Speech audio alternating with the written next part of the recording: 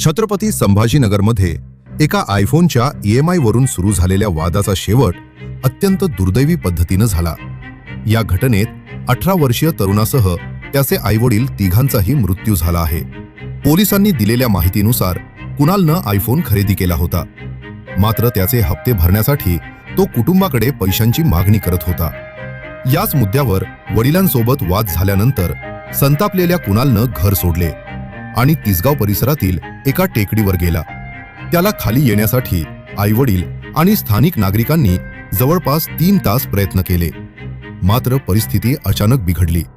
मुलाला वाचवण्यासाठी वडील त्याच्याजवळ गेले आणि मागे ओढण्याचा प्रयत्न केला, पण दोघांचाही तोल गेला आणि ते दरीत कोसळले।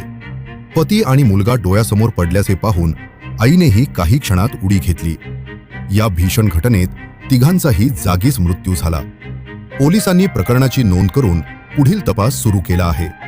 एका क्षणाचा राग आणि भावनिक तणाव एका संपूर्ण कुटुंबासाठी किती मोठी शोकांतिका ठरू शकतो याचा हा हृदयद्रावक प्रसंग।